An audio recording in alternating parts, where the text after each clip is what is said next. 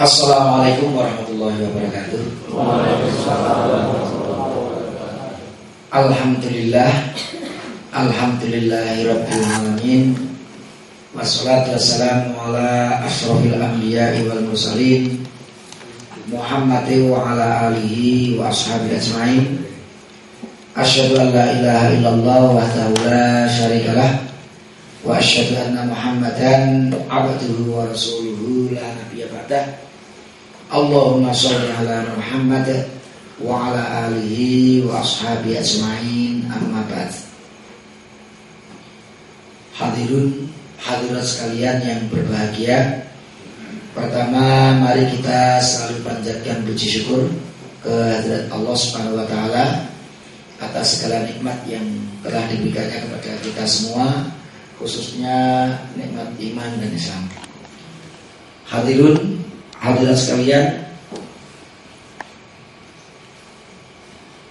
kita beberapa pertemuan terakhir sudah mengkaji bab sholat, dari takrifnya, kedudukannya di dalam Islam, kemudian waktu-waktu sholat, termasuk waktu-waktu dilarang sholat, dan juga tempat-tempat dilarang sholat.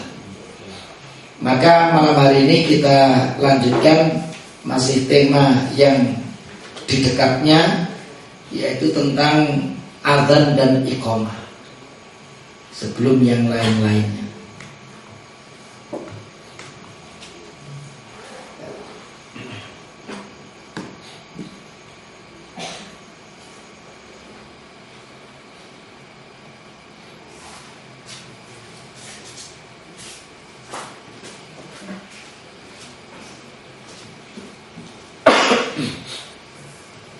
Jadi tema kita malam hari ini tentang al-adzanu wal iqamah, adzan dan iqamah.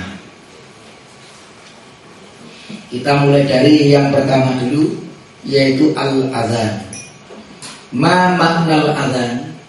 Apa arti adzan menurut bahasa? Para ulama menyebut bahwa al-adzan itu artinya al-i'lam. Al-i'lam itu pengumuman atau pemberitahuan. Jadi adzan itu secara bahasa ngumumke atau memberitahu, menginformasikan. Kemudian lalu adzan secara syar'i, menurut istilah itu bagaimana? Rasul memang tidak pernah mendefinisikan. Wahai para sahabat, adzan itu adalah bla bla bla. Rasul tidak secara langsung menjelaskan apa itu adzan. Tapi berdasarkan apa yang telah dilakukan di zaman Rasul dan juga dalil-dalil yang ada, maka para ulama mencoba untuk menyederhanakan agar kita yang belajar agama itu memahami apa yang dimaksud dengan adzan itu. Di antara definisi atau ta'rif yang dikemukakan para ulama yang seperti ini. Karena ini apa itu beda ulama itu bisa saja beda apa itu istilahnya. Tapi ini mendekati yang kita pahami. Yang namanya adzan itu at-ta'abbudu lillahi ta'ala. Jadi kuncinya itu merupakan ibadah. Jadi adzan itu bagian dari ibadah. Yang kita maksud ibadah di sini ibadah yang mahdhah. Lil i'lami bidukhuli waqti shalat, untuk mengumumkan masuknya waktu shalat. Jadi secara umum adzan itu diumumkan ketika sudah masuk waktu shalat. Setiap hukum itu ada perkecualian. Dalam adzan pun juga nanti ada perkecualian, yaitu adzan subuh itu perkecualian. Tapi selain adzan subuh, pada dasarnya iklam, pengumuman itu dilakukan ketika sudah masuk waktu sholat. Bidzikrin mahsusin, dengan zikir atau ucapan yang khusus. Maksudnya khusus itu yang harus mengikuti tuntunan, tidak boleh sakar dewi. Jadi benar-benar mengikuti tuntunan, mengikuti contoh. Itulah yang disebut dengan al-adhan. Jadi bagian dari ibadah madhab yaitu untuk menginformasikan, mengumumkan bahwa waktu sholat sudah masuk, dan dengan ucapan-ucapan yang khusus sesuai dengan yang sudah dicontohkan. Lalu apa keutamaan adzan? Adzan itu memiliki keutamaan.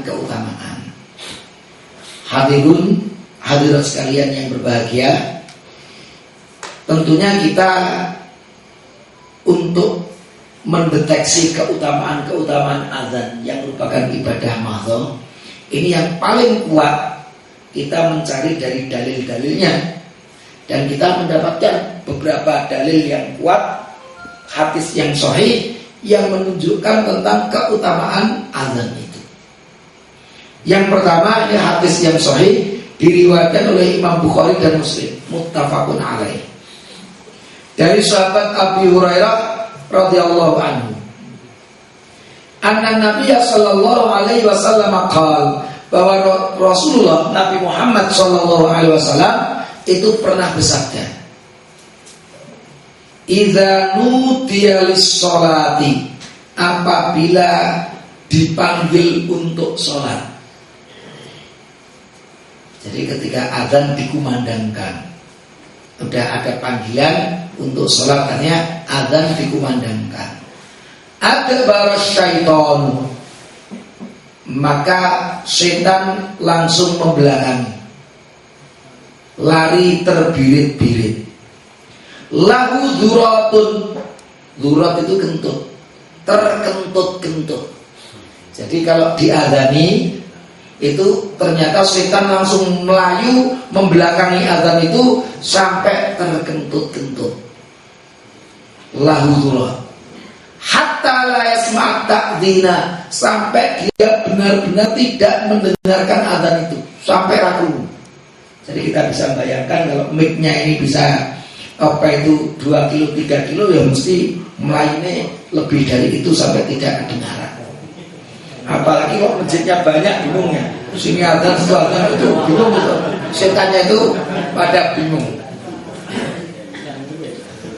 Fa'idha qudiyat ta'dzin, yang menarik, fa'idha qudiyat ta'dzin, apabila adzan itu sudah selesai dikumandangkan, la ilaha illallah, selesai, akbala, kembali setan itu.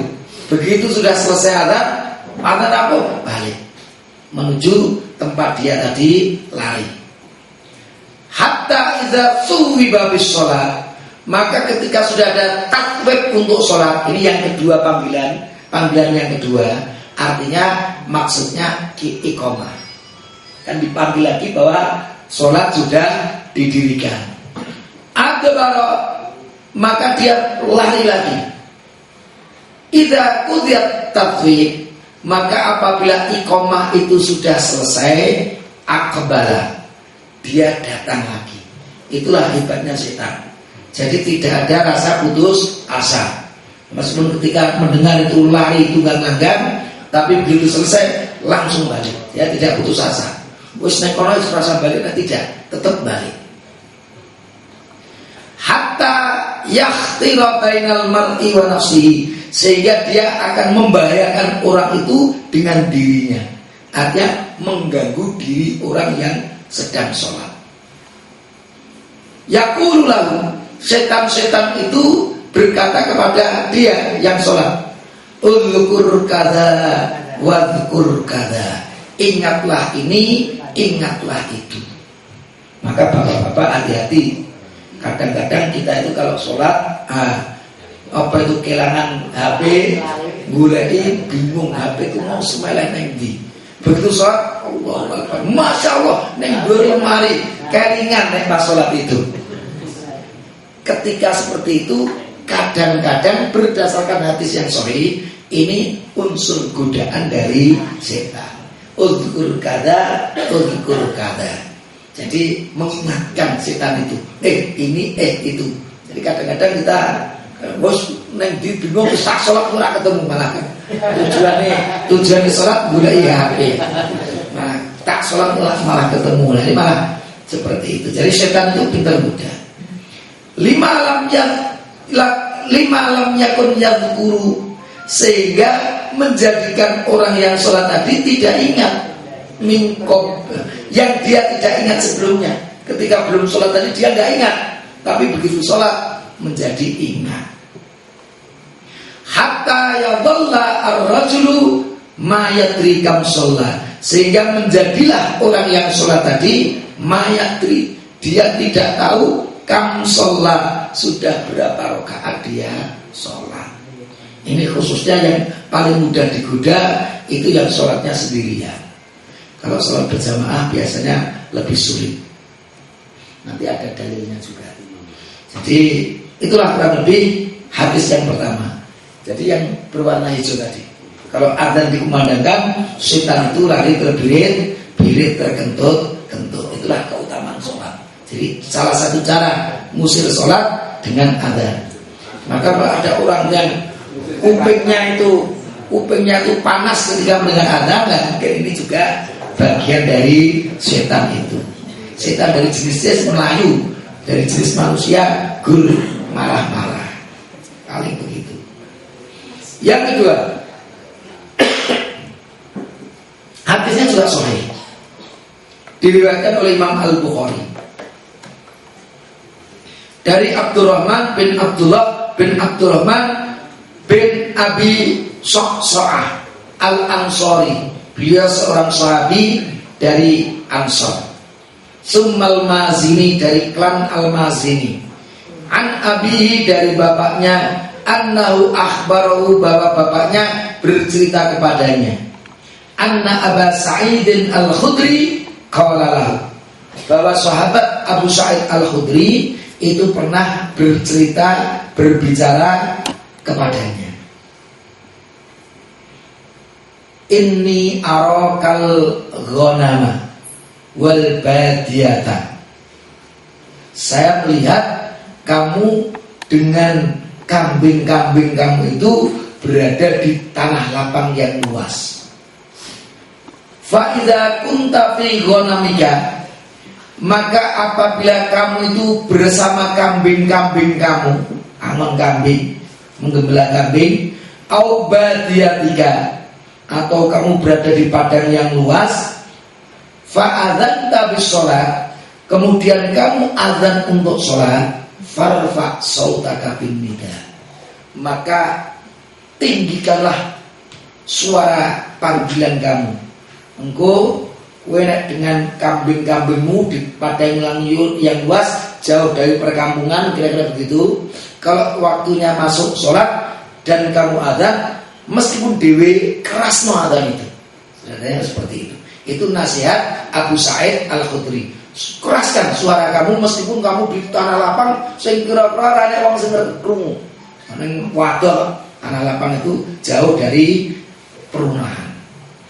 Fa'innahu, karena sesungguhnya la yasma'u madda sautil muadzin, tidak mendengar suara muadzin itu jinnun wala insun, baik itu jin atau itu manusia, wala syai'un, atau apapun, tumbuh-tumbuhan, bebatuan, illa syaidalahu yaumal qiyamah, kecuali mereka nanti, dia nanti akan menjadi saksi baginya di hari kiamat. Jadi ketika azan itu tidak hanya manusia dan jin yang bisa dengar, digambarkan semua yang mendengarkan di sekitar azan itu, baik itu hewan, tumbuh-tumbuhan, bebatuan, itu semua nanti akan menjadi saksi di akhirat bahwa kita pernah mengajak saudara-saudara kita untuk menyembah Allah Subhanahu wa ta'ala. Itu keutamaan dari seorang muadzin. Jadi nanti banyak saksinya. Itu semua yang ada di sekitarnya itu akan di akhirat nanti menjadi saksi bahwa dia pernah mengajak orang untuk menyembah Allah, untuk sholat. Yang ketiga, kita bisa membaca hadis dari Abu Hurairah, riwayatnya Bukhari Muslim. Bahwasanya Rasul juga pernah bersabda, "Lau ya'lamun nasu ma fin nida." Kalau seseorang itu mengetahui hal-hal yang hebat di dalam pemanggilan, di dalam adzan. Jadi kalau orang itu tahu kebaikan-kebaikan, kehebatan-kehebatan yang tersimpan di dalam adzan, wasoffil awal, dan sof yang pertama, summalam yajidu illa an yastahimu alaihi, kemudian dia tidak akan mencapai, tidak bisa adzan, atau dia tidak mencapai sof awal itu kecuali dengan berusaha sekuat tenaga, lastaham, pasti dia akan mengerahkan semua kekuatannya untuk bisa adzan atau untuk bisa mencapai sof awal.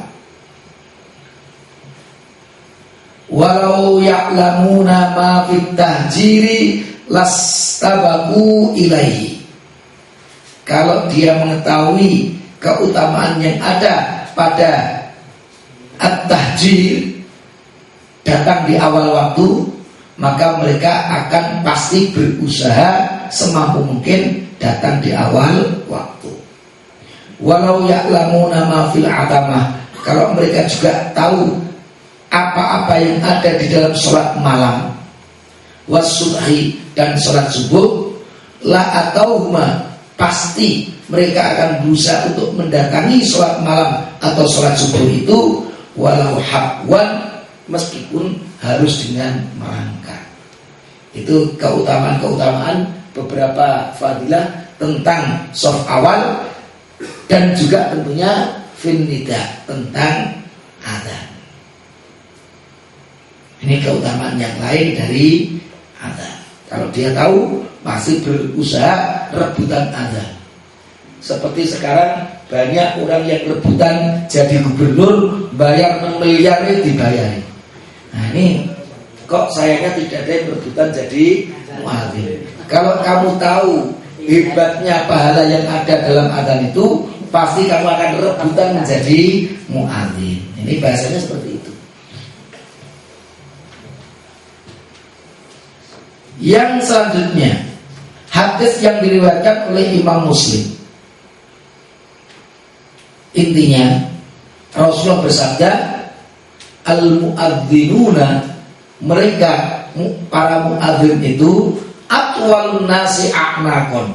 Mereka itu nanti di yaumul kiamati, di hari kiamat, mereka nanti orang-orang yang lehernya itu paling panjang, memiliki leher paling panjang di akhirat.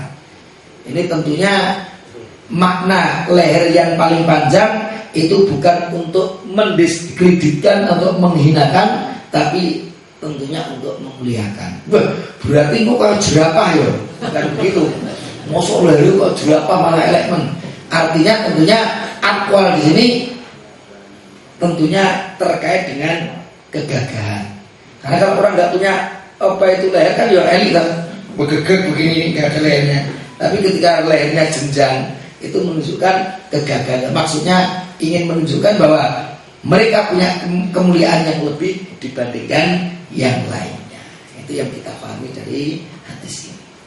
Contoh yang lain ini kita ungkapkan apa itu hadis-hadis terkait keutamaan, supaya kita benar-benar memahami utamanya kita adzan.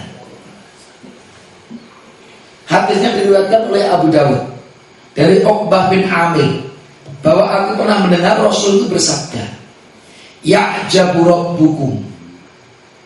Ini hadisnya riwayat Abu Dawud dari Amir, bahwa Rasul pernah bersabda, ya'jabu rabbukum, Rabb kalian, Tuhan kalian, Allah, ya'jabu, takjub, min ra'il ghanam, kepada penggembala kambing, fi ra'si sadiyatin bijabalin, yang dia berada di pucuk gunung, padang yang luas di pucuk gunung, yu'adzinu bis sholati wa yusolli, dia mengumandangkan adzan untuk sholat, setelah itu dia juga sholat.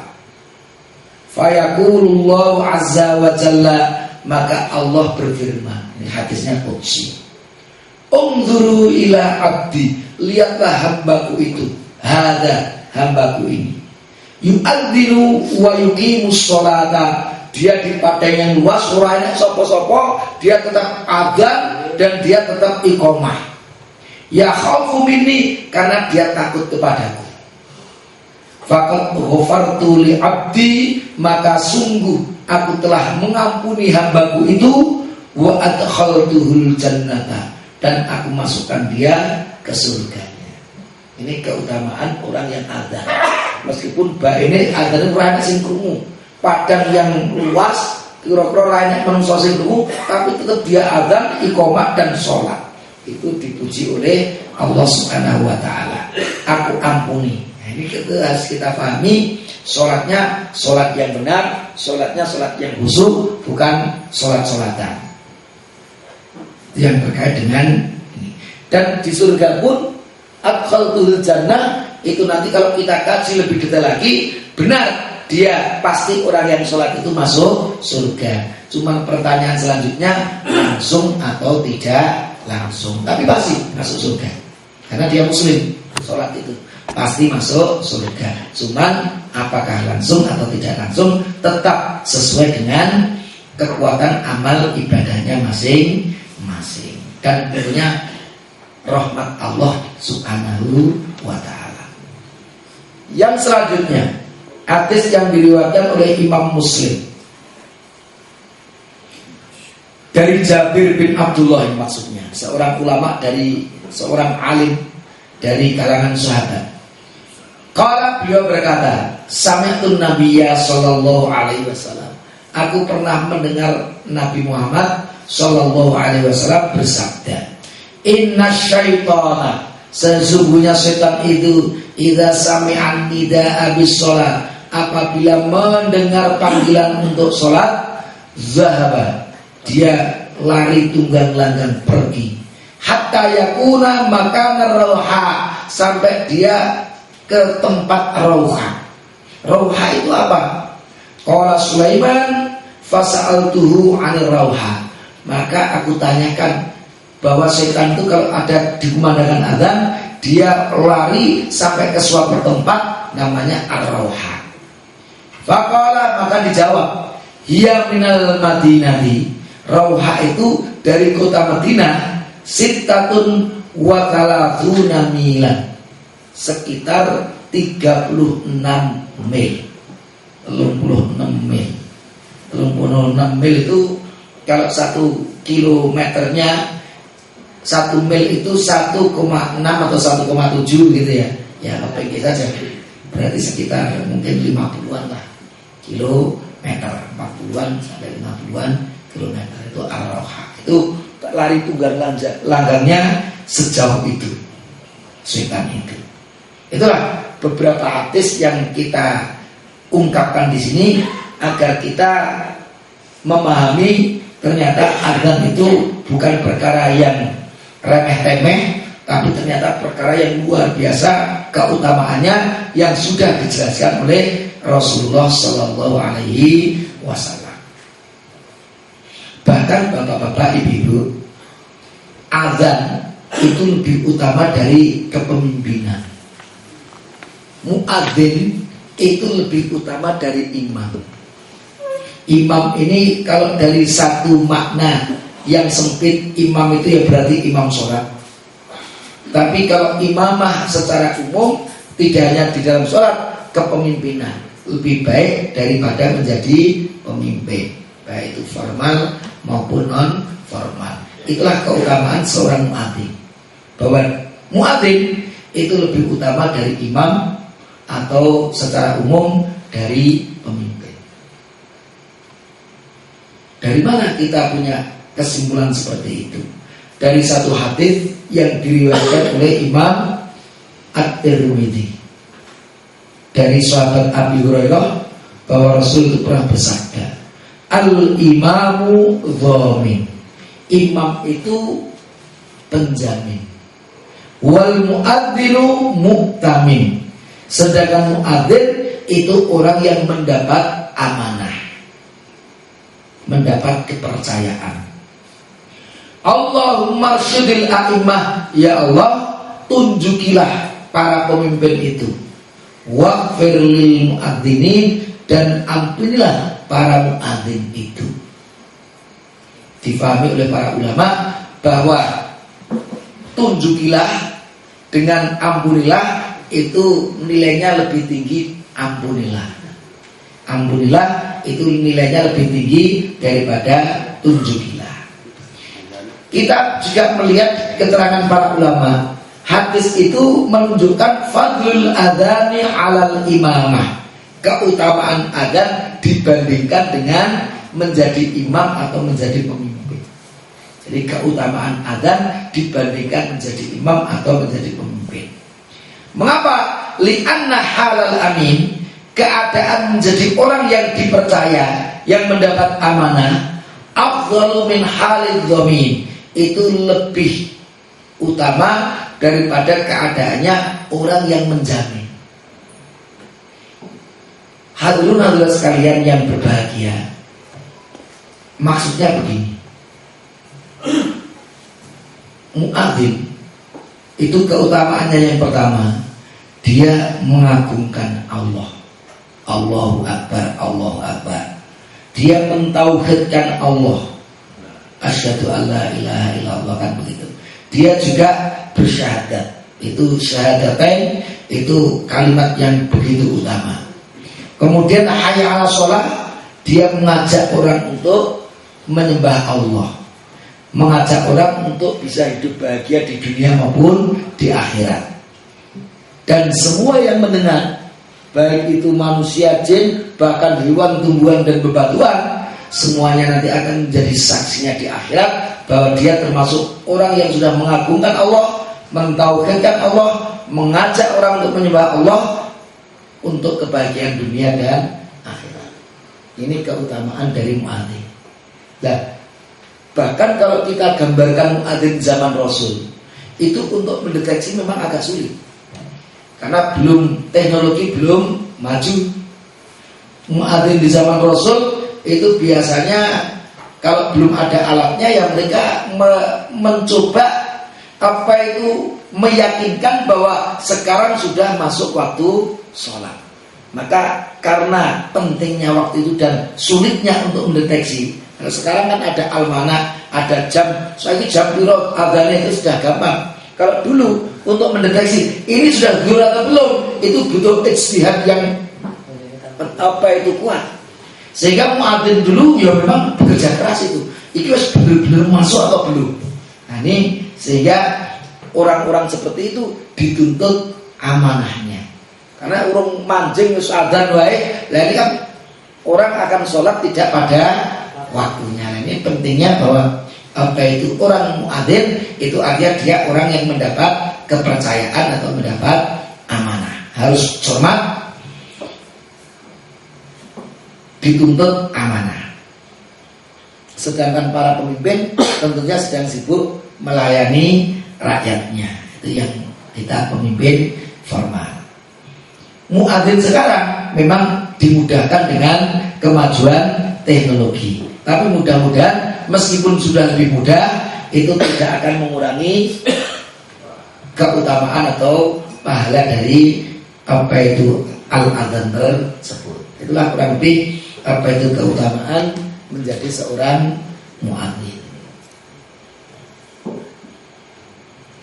Sekarang kita menengok sedikit tentang awal mula disyariatkannya adzan. Jadi ternyata ada kisah dimulainya disyariatkan adzan.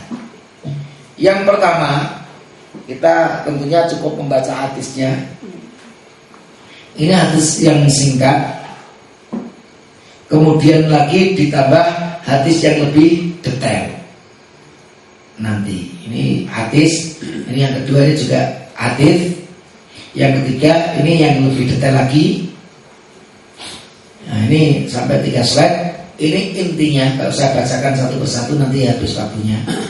Jadi 3 hadis ini kalau kita kumpulkan keterangannya, itu kira-kira dimulai dari ketika sholat itu disyariatkan kepada umat Islam.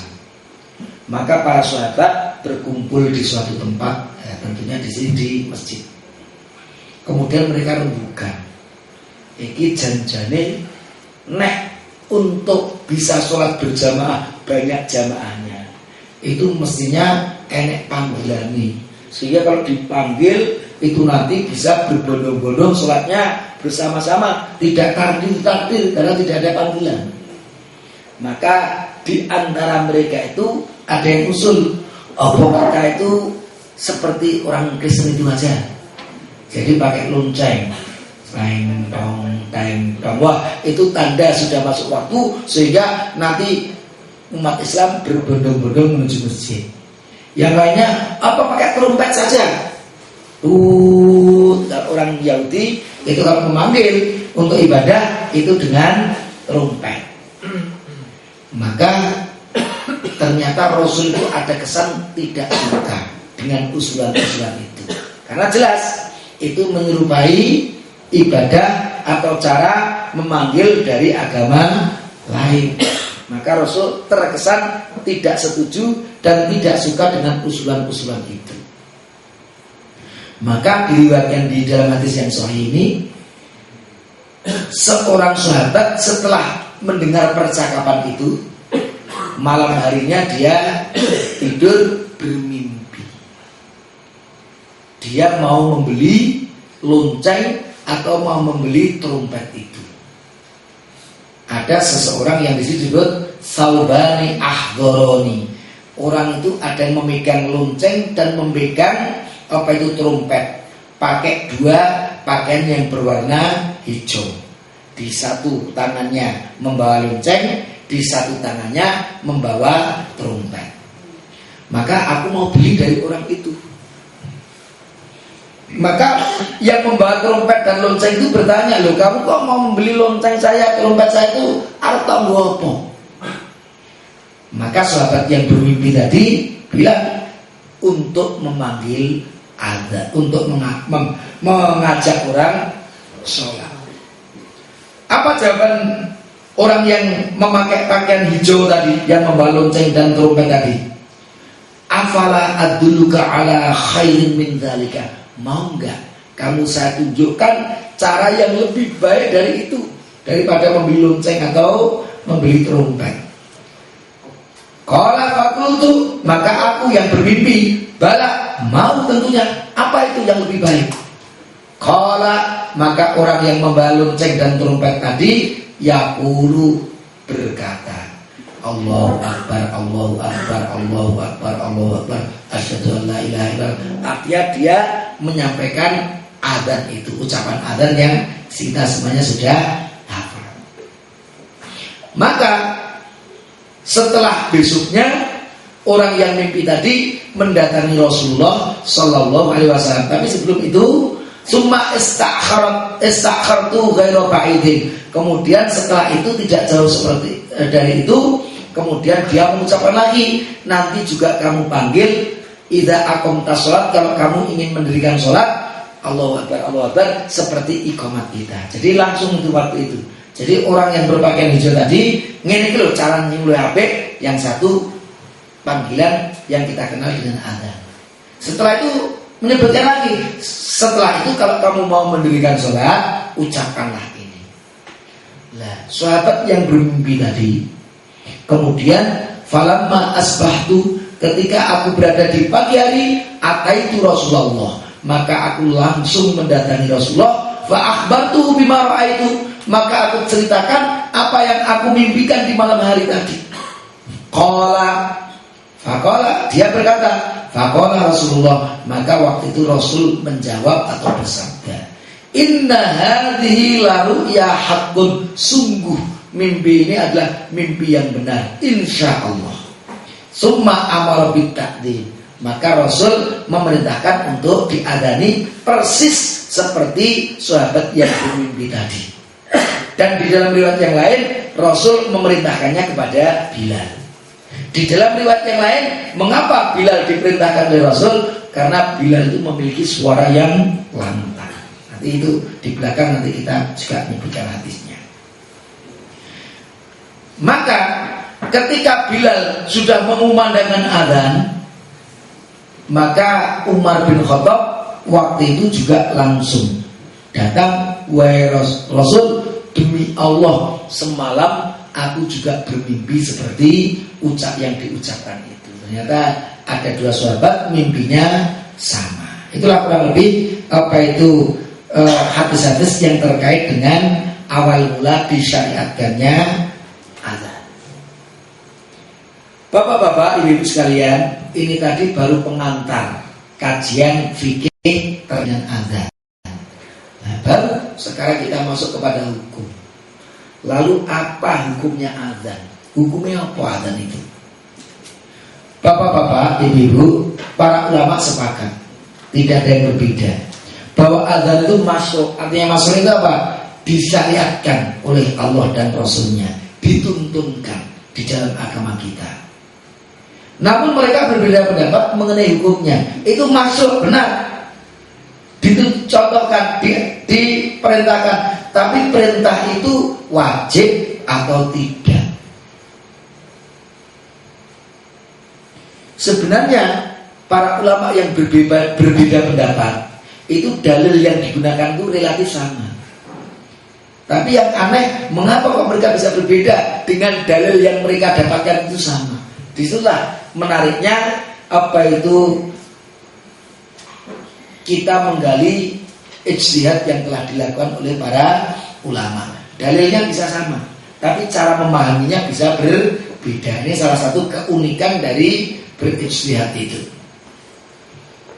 Yang pertama, ini mereka sudah punya pemahaman yang sama sebenarnya. Yang pertama, bahwa adzan itu adalah syiar Islam, dipahami bersama. Para ulama juga mengatakan bahwa adzan itu selalu dilaksanakan di zaman Rasul sejak saat itu. Jadi begitu ada yang mimpi, kemudian Rasul memerintahkan kepada Bilal untuk adzan. Sejak saat itu, setiap adzan 5 waktu dikumandangkanlah. Setiap sholat 5 waktu dikumandangkanlah adzan itu, dan tidak pernah terputus sekalipun.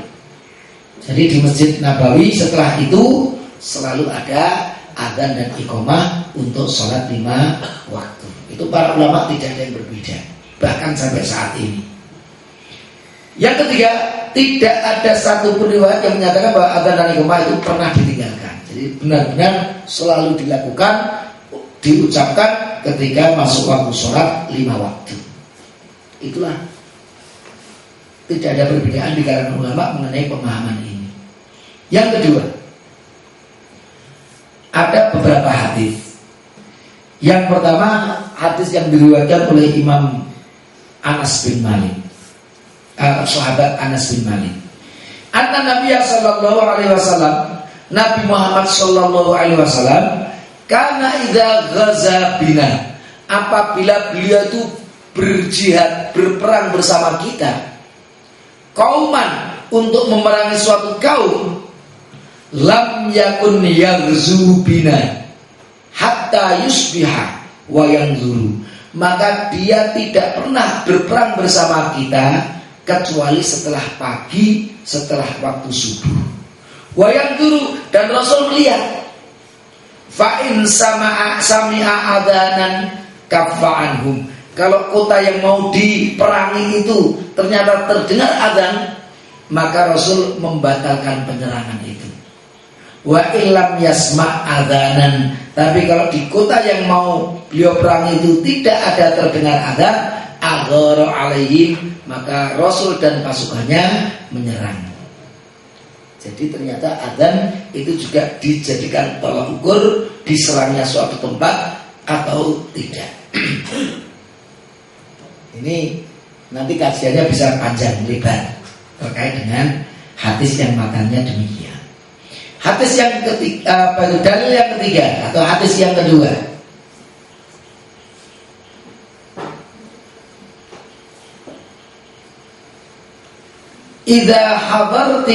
Idza hadaratis sholatu, apabila sholat itu sudah datang, fa'adzina. Ini dari Malik bin Al-Huwairith, bahwasanya aku mendatangi Rasul, saya dengan seorang teman saya. Ketika kami mau berpisah dengan Rasul, kira-kira sudah dua orang tadi setelah bertanya-tanya atau ngobrol dengan Rasul, ketika kedua orang tadi ingin berpisah dengan Rasul, maka Rasul memberikan nasihat kepada dua orang tadi. Apabila sudah masuk waktu sholat, fa'adina, maka hendaknya kalian berdua itu azan. Summa aqima, kemudian kalian itu membaca iqamah, memandangkan iqamah. Wal ya ummakuma akbarukuma, kemudian yang menjadi imam dari kalian itu yang lebih tua atau yang lebih panjang umurnya. Maka salah satunya pilihannya adalah yang lebih tua atau panjang umurnya.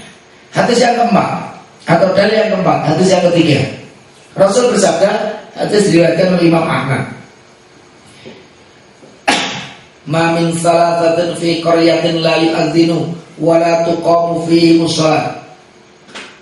Tidaklah di suatu perkampungan yang di situ ada 3 orang atau lebih yang tidak diadzani dan tidak diiqamati sholat, illa kecuali istahwadha alaihimus syaitan, maka dia akan dikuasai oleh syaitan.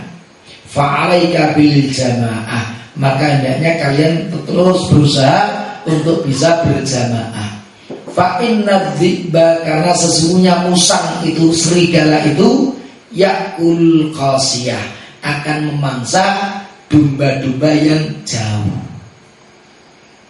Serigala atau musang itu hanya akan memangsa domba yang jauh. Artinya jauh itu adalah jauh dari koloninya, jauh dari teman-temannya.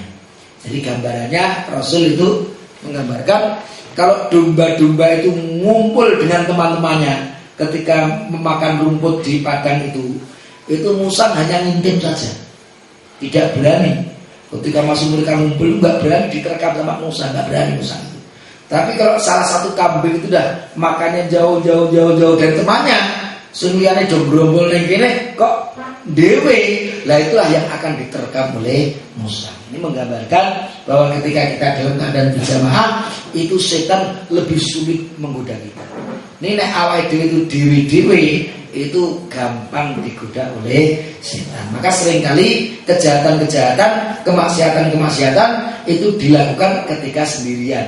Nek jamaah ini sulit untuk berbuat maksiat secara berjamaah atau melanggar aturan Allah Subhanahu wa taala. Yang terakhir, hadis yang terkait dengan kaitannya dengan adzan yang diijtihadi oleh para ulama, hukumnya itu apa nanti? Itu hadis yang diriwayatkan oleh akhrajal khamsah wa hasanahu at-Tirmidzi. Khamsah itu sunan yang 4 ditambah Al-Hakim, Abu Dawud, At-Tirmidzi, An-Nasai, Ibnu Majah dan Al-Hakim. Di dalam yang lain yang satu itu bukan Al-Hakim tapi Ahmad. Nah, ini memang setiap ahli hadis punya kriteria sendiri-sendiri penyebutan khamsah itu. Sitah itu siapa, khamsah itu siapa, begitu. Kurang lebih demikian. Tapi intinya ulama ashabus sunan Abu Dawud, At-Tirmidzi, An-Nasai, Ibnu Majah itu meriwayatkannya. Ini ya Rasulullah, ij'alni imama qaumi. Jadi Utsman bin Abil As itu minta kepada Rasul agar Rasul menjadikannya menjadi imam atau pemimpin di kaumnya, karena menjadi pemimpin di kaumnya itu otomatis juga yang ngimami sholat. Jadi kalau kita pahami di zaman Rasul itu yang ditunjuk menjadi pemimpin itu otomatis ngimami sholat. Contoh, Amr bin As pernah diminta Rasul menjadi panglima perang.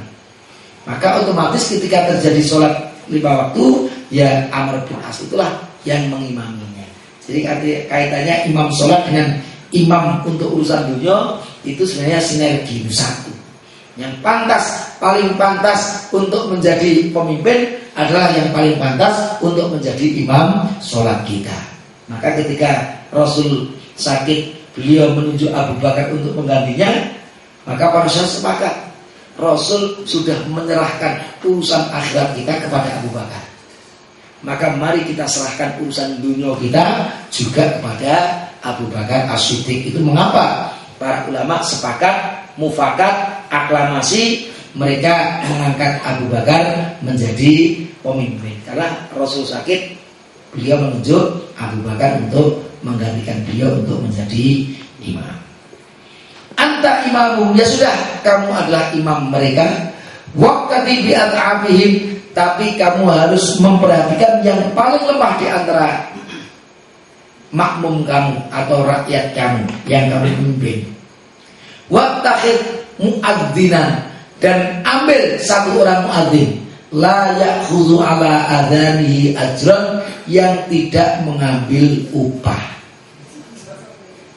Dan carilah satu muadzin yang tidak mengambil upah.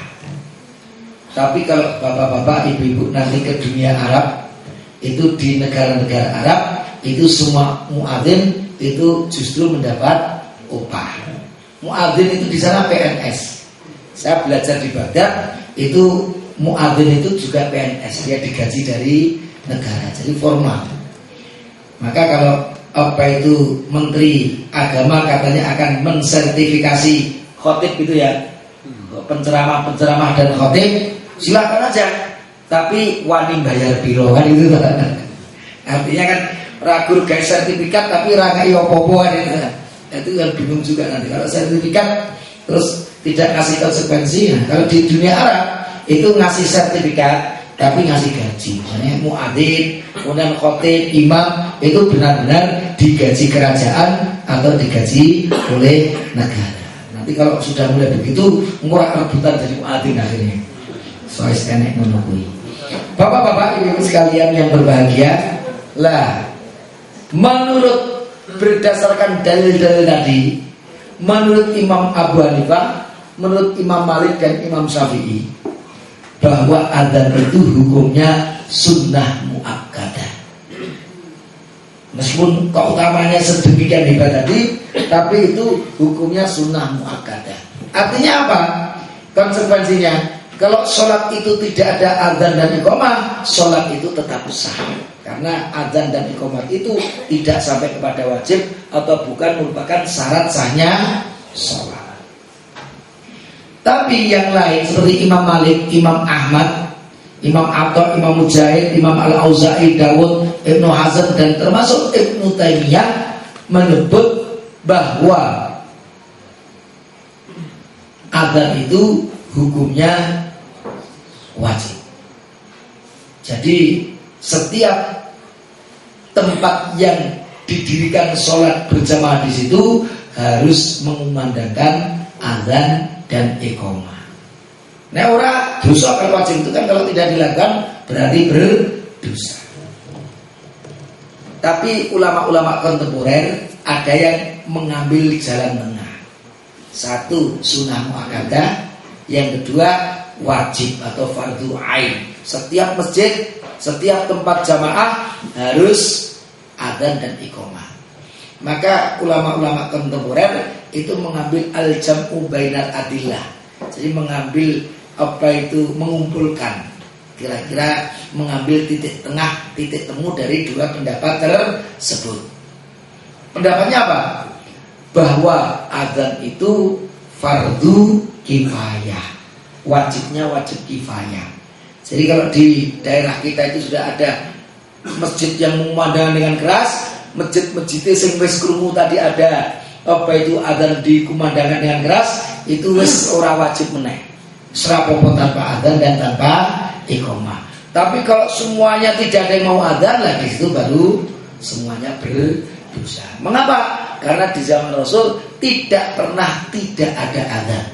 Jadi setiap masuk waktu sholat selalu ada adzan. Nah, di sini perbedaan ulama.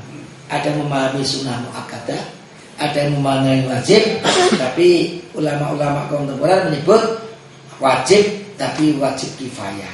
Kekuatan wajibnya karena selalu dilakukan oleh Rasul dan itu ada perintahnya, tapi kifayahnya ini dipahami bahwa tidak semua yang dilakukan oleh Rasul itu memang otomatis menjadi fardu ain.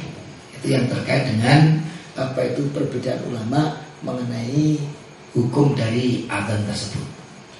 Nanti setelah ini kita akan membahas beberapa hal yang berkaitan dengan adzan. Nanti terkait dengan bacaannya, terkait dengan ini dan itu kita bahas satu persatu.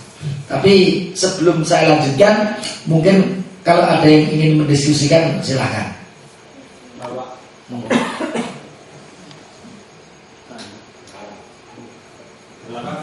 Nggih. Monggo maju aja biar kita Bisa kedengaran kelihatannya.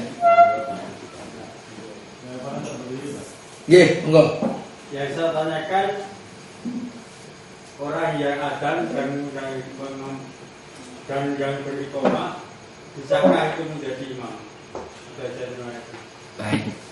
Nanti sebenarnya di belakang itu akan kajian apakah muadzin itu juga mungkin, termasuk apakah muadzin dan mungkin itu juga bisa menjadi imam. Intinya nanti akan kita sebutkan di belakang, akan kita kasih secara lebih detail. Intinya tidak ada persyaratan kalau imam itu bukan muadzin. Pokoknya imam itu ora oleh dadi muadzin. Jadi dari keumumannya, maka kalau di zaman Rasul muadzin itu ya mungkin. Dan biasanya nanti imamnya sendiri. Tapi itu bukan berarti wajib seperti itu. Imam tidak boleh menjadi adzan atau muadzin tidak boleh menjadi imam. Karena tidak ada larangannya, maka bisa saja kalau orang satu tadi contohnya di Tanah Lapang tadi, dia adzan, dia iqamah, dia sholat imami dewi. Kan gitu loh. Nah itu juga ternyata bisa dilakukan. Tapi kalau kita melihat keutamaannya yang biasa dicontohkan dalam keadaan normal, itu muadzin dan mukimnya memang satu, kemudian imamnya adalah yang lainnya. Tapi bukan berarti dianggap tidak boleh. Sah juga. Tapi keutamaannya bagaimana? Keutamaan ada di contoh. Keutamaan ada di contoh yang dilakukan di zaman Rasul. Di sana ada muadzin, ada mukim, ada imam. Di zaman Rasul nanti muadzin itu ada dua. Ada dua. Apa itu yang dijadikan oleh Rasul resmi itu ada dua. Yang satu adalah Bilal bin Rabah, yang satu Abdullah bin Ummi Maktum. Itu dua muadzin di zaman Rasulullah SAW. Jadi kurang lebih itu dari pertanyaan tadi. Jadi boleh, sholatnya sah.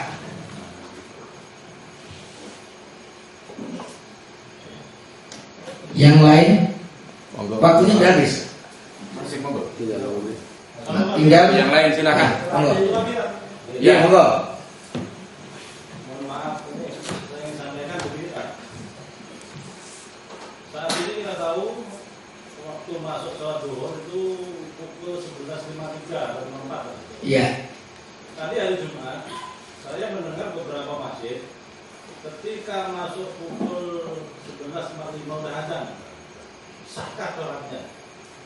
Karena Jumatan kan adzan dulu, baru sholat kan dulu. Baik. Kan kita tahu mungkin hitungannya yang dihitung masuk mancing waktu itu sholatnya, tapi ini Belum mancing sudah ada. banyak sudah adzan, walaupun ada apa dulu. Sahkah sholatnya? Terima kasih. Baik. Terkait dengan adzan yang disepakati oleh para ulama, satu-satunya adzan yang bisa dikumandangkan sebelum masuk waktunya adalah adzan sholat subuh. Nanti akan kita bahas secara khusus. Itu bisa dikumandangkan sebelum masuk waktunya. Tapi di luar itu, semua adzan itu dikumandangkan setelah masuk waktu sholat. Sehingga ketika ada adzan yang itu bukan adzan subuh, kok dikumandangkan sebelum waktu sholat, maka adzan seperti itu mestinya adzan yang bid'ah, bahasa kita itu adzan yang tidak dicontohkan oleh Rasul. Rasul di zaman Rasul yang namanya adzan itu setelah masuk waktu. Kecuali kalau orang itu merasa sudah masuk, dan ini orang masuk itu beda. Jadi dia berijtihad sudah masuk, tapi hakikatnya belum masuk. Lah di sini artinya sudah ada usaha untuk adzan di waktu sholat itu, tapi ternyata ijtihadnya salah. Yang satunya tahu Adzan itu jam 11.53 tapi wes 10 kali 10 menit wes tak adzan isek. Ini karena menyengaja dia melakukan adzan itu sebelum masuk waktunya. Maka kalau seperti ini disebut adzan bid'ah. Kalau nanti kita mengenal ada apa itu talak sunni, ada talak bid'ah. Ini kan kaitannya dengan ibadah mahdoh dan tidak mengikuti contoh Rasul, ya ada bid'ahnya. Ini barang baru yang tidak dicontohkan oleh Rasulullah Sallallahu Alaihi Wasallam. Tapi pertanyaan selanjutnya, sahkah sholat Jumat itu? Bagi jumhur ulama yang mengatakan adzan itu adalah sunnah muakkadah, sholat itu tidak diadzani dan diiqomati saja sah. Ini orangnya adzane, apa orangnya iqomate, sholat itu tetap sah. Karena adzan dan iqamat itu hukumnya sunnah muakkadah. Jadi adzan seperti itu adzan yang tidak sah, tapi sholatnya tanpa adzan pun sah. Apalagi apa itu umpamanya yang lain berpendapat fardhu kifayah. Masjid kuno sak durunge ning nek Masjid Muhammadiyah kan wis manjing. Nah, Masjid Muhammadiyah ini yang menjadikan yang lainnya menjadi sah karena sudah ada adzan yang sah. Nanti begitu kalau fardhu kifayah. Kalau yang sunnah muakkadah, orangnya adzan, orangnya iqamat saja, sholatnya tetap sah. Lah, kalau diadzani dan diiqamati itu untuk menyempurnakan pahala dari rangkaian sholat Jumat tersebut. Jadi kalau kita pahami demikian. Jadi kalau ditanya sholatnya sah atau tidak, sholatnya menurut saya sah. Tapi kalau adzannya tidak pada waktunya, ya tidak ada pahala dari adzan yang dilakukan tidak mengikuti contoh dari Rasulullah Shallallahu Alaihi Wasallam. Karena ibadah mahdhah itu kan prinsipnya apa? Mengikuti perintah. Kalau sudah ada perintahnya, maka contohnya sesuai dengan apa yang sudah dicontohkan oleh Rasul, tidak berbeda, tidak nambah-nambah, tidak mengurangi, juga tidak membuat perbedaan-perbedaan dari yang sudah dicontohkan oleh Rasulullah Sallallahu Alaihi Wasallam. Maka mungkin yang berkaitan dengan pertanyaan tadi. Wonten malih, monggo Mas. Langsung saja. Yang pertama saya tanyakan, kemarin ada keterangan mengenai tidak ada iqamah dan tidak setelah adzan. Tidak ada iqamah dan setelah adzan. Tidak ada iqamah setelah adzan. Iqamah itu harus disetelah adzan itu seperti itu. Tidak, itu jangan hanya ada iqamah saja seperti itu. Tanpa iqamah kalau tidak ada adzan. Enggak, saya tanyakan kemarin ada keterangan iqamah itu harus disertai adzan. Jadi adzan dulu dan iqamah. Ini kan sementara kita di luar itu banyak yang melaksanakan sholat itu hanya iqamah saja, kan ada rapat-rapat apa hanya iqamah saja, tidak istilahnya dan seperti itu. Terus yang pertanyaan kedua, jarak antara adzan dan iqamah itu seperti apa? baik. Yang pertama Tanpa adzan tapi terkait pakai qomat tanpa adzan. Kalau kita melihat yang utama berdasarkan apa itu contoh, itu Rasulullah itu kalau umpamanya menjamak sholat begitu ya, Rasul itu satu adzan dua iqamah. Jadi sholat yang apa itu pertama itu diadzani, kemudian diiqamati, kemudian sholat zuhur. Setelah itu cukup diiqamati saja, kemudian sholat asar. Jadi kalau kita lihat dari sini, zuhurnya adzan dan iqamah, asarnya iqamah saja. Dalil yang kedua, memang tidak ada persyaratan dua itu harus ngumpul. Adzan itu kesunahan, iqamah itu kesunahan. Kalau dua-duanya dilakukan, dapat dua sunnah, dapat dua pahala. Kalau yang dilakukan hanya satu, maka ya hanya dapat satu pahala. Orang adzan, orang diiqamati langsung sholat. Sah nggak sholatnya? Sah. tidak ada ujung-ujung komat karena ya masuk waktunya jam 3:30 kok ini langsung komat. Sah nggak? Sah, dapat pahala komat, tapi dia tidak dapat pahala adzan. Sing adzan tok ora komat dapat pahala adzan, tapi tidak dapat pahala komat. Yang tidak dua-duanya sholatnya sah, tapi dia tidak dapat pahala dari adzan dan iqomah tersebut. Termasuk menjawabnya itu kan juga ada pahalanya nanti. Kita kaji di belakang, belum sampai ke sana. Jadi kalau dari sisi hukum, kalau saya ditanyai sholatnya sah atau tidak dengan iqomah saja sah, tapi kurang utama, khilaful aula. Yang aula, yang utama bagaimana? Adzan, kemudian iqomah, kemudian sholat, itu yang paling utama. Kemudian jaraknya tidak ada dalil yang tegas mengenai jarak antara adzan dan iqomah. Jadi agama kita tidak memberikan ketegasan itu jaraknya berapa. Yang jelas ada jeda antara adzan dan iqomah. Ya paling tidak untuk menunggu orang-orang yang biasa berjamaah itu sampai. Kira-kira kalau jamaah kita itu satu RT, nek dengar adzan, RT yang paling ujung itu setelah adzan selesai, itu dia berjalan itu butuh waktu berapa? Yaitu paling tidak ukurannya seperti itu. Jamaah kita itu nek ada adzan kemudian datang, itu butuh waktu berapa? Itu sebenarnya ukuran normalnya seperti itu.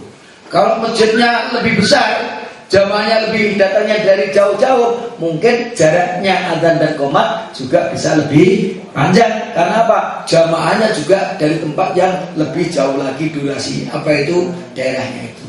Nah, mungkin musola keluarga, jamaah mesti gur 5 kuwi kan gitu kan. Jamaah ya gur 5 kuwi, iki komplit 5 kira menit wis komplit 5 langsung diqomati begitu. Itu enggak ada masalah kalau memang jamaah gur kuwi tok. Kan begitu. Jadi situasional sekali. Maka memang kalau kita lihat ada masjid yang antara adzan dan iqomat itu ada yang 5 menit, ada yang 7 menit, ada yang 10 menit. Bahkan saya pernah diceritai oleh paman saya, itu jaraknya itu 1 jam antara adzan dan iqomat. Jadi ceritanya di dekat Klewer sana, paman saya itu habis adzan itu sholat sunnah, duduk. Orang komat itu sholat sunnah lagi nunggu jamaah. Belum teko-teko jamaahnya itu 40 menit itu baru satu datang. 1 jam setelah adzan itu ini baru dikomati. Wah kok aku tadi komat itu ya. Jadi ada juga yang ternyata antara adzan dan iqomat itu terlalu jauh. Tapi kita juga mendapatkan ada yang antara adzan dan iqomat itu terlalu singkat. Ada masjid yang ketika adzan itu pokoknya sing muadzin itu sholat 2 rakaat, setelah itu langsung dikomati. Jadi gur semenit 2 menit itu langsung komat. Ada yang kondang, wes adzan melayu selalu kok komat iki kok kan gitu. Karena ada yang kondang masjid itu bar adzan lan semenit 2 menit langsung komat. Itu ya ada plus minusnya. Kalau saya melihat ukuran yang paling pas itu sebenarnya ya tadi mengukur jamaahnya itu radiusnya berapa. Kira-kira kalau adzan di pemandangan dari rumahnya ke situ tuh butuh waktu berapa? 5 menit ya kurang lebih itulah. Orang biar datang ke masjid. Nah, kalau atau kebiasaan juga bisa kalau masjid itu masjid kampung yang jamaahnya itu jamaah yang terus ada. Kan ketok pisan. Jamaah ya guru iki wae 5 menit wis ngumpul kurang lebih 5 menit atau kurang lebih 7 menit. Ini serahkan, yang jelas tidak ada ketentuan yang tegas yang mengharuskan terkait antara jarak adzan dan iqomah. Yang sunahnya itu ya tentunya antara adzan ada waktu sejenak untuk sholat sunnah. Itu jamaahnya masih ada, jamaah terus boleh langsung diiqomati. Jamaahnya tidak pedot-pedot. Siji rampung, siji teko sholat, siji rampung, siji teko sholat. Sak jam rampung gitu. Itu juga boleh diberi waktu. Kalau sekarang kan ada waktu itu 7 menit, 10 menit itu monggo itu bagus. Nanti kalau ada orang yang baru sholat kok dikomati, nanti kemarin sudah kita bahas. Nanti kalau belum iktidal maka dibatalkan saja. Tapi kalau sudah iktidal, sholat dengan membaca yang wajib-wajib saja, kemudian mengejar sholat yang wajib tersebut. Itulah kurang lebih beberapa hukum yang terkait dengan seperti itu. Mengenai adzan tadi itu yang adzan itu kan fungsinya panggilan, Yeah, panggilan untuk hadir. Memanggil. Kemudian iqomat itu adalah seruan untuk memulai. Yeah. Nah, kalau misalnya rapat begini kemudian jamaahnya sudah ada, Yeah. nah itu berarti misalnya qomat saja kan berarti tetap boleh gitu. Baik, sekali lagi adzan itu tujuan utamanya adalah mengumumkan bahwa waktu sholat sudah masuk. Qomat itu fungsinya bahwa sholat itu didirikan kan itu. Tapi meskipun jamaahnya sudah ada, kalau kita tetap membaca adzan dan iqamah itu tetap ada pahalanya masing-masing. Dan itu lebih utama. Yeah. Dan lebih utama karena di zaman Rasul yang namanya sholat itu memang dimulai dari adzan dan iqamah. Tapi nggak ada masalah, adzan tok tanpa iqamah juga sah, iqamah tok tanpa adzan juga sah. Sholat itu tidak dimulai dengan adzan dan iqamah, sholat itu juga sah asalkan sudah masuk waktunya. Itu yang terkait dengan apa itu ini. Sebenarnya ini satu Pak. Ada yang qomat itu takbir akhir sekali. Itu nanti kita bahas dalilnya Yang belakang. Ada dalilnya, nanti kita sampaikan perbedaannya di mana. Termasuk adzannya sebenarnya ada perbedaan. Nanti kita bahas itu. Ya Pak. Yeah. Waktu mengumandangkan azan atau muadzin itu biasanya ada yang menutup telinga. Yeah. Ada dalilnya Pak. Itu nanti kita berbicara tentang kesunahan muadzin. Ada apa saja yang disunahkan bagi muadzin, termasuk persyaratan muadzin itu apa, yang disunahkan ketika adzan itu apa, termasuk yang akan kita bahas belum ini. Nanti masuk ke situ. Jadi ini jamaahnya luar biasa. Jadi berpikirnya udah ke depan, urung dibahas mesti bingung ini. Karena memang ini kita bahasnya lambat nih. Istilahnya kita baru preambule ini, membahas tentang sejarahnya, keutamanya, baru membahas tentang hukumnya. Besok kita akan membahas yang lebih detail yang ditanyakan tadi. Sebenarnya kebanyakan belum kita bahas dan akan kita bahas. Maka mudah-mudahan besok kita lanjutkan untuk melengkapi tema adzan dan iqamah tersebut. Ngerti nggih? Dari kami mohon maaf kalau ada kekurangan. Terima kasih atas segala perhatian. Aqulu qouli hadza wa astaghfirullah li wa lakum. Wassalamualaikum warahmatullahi wabarakatuh.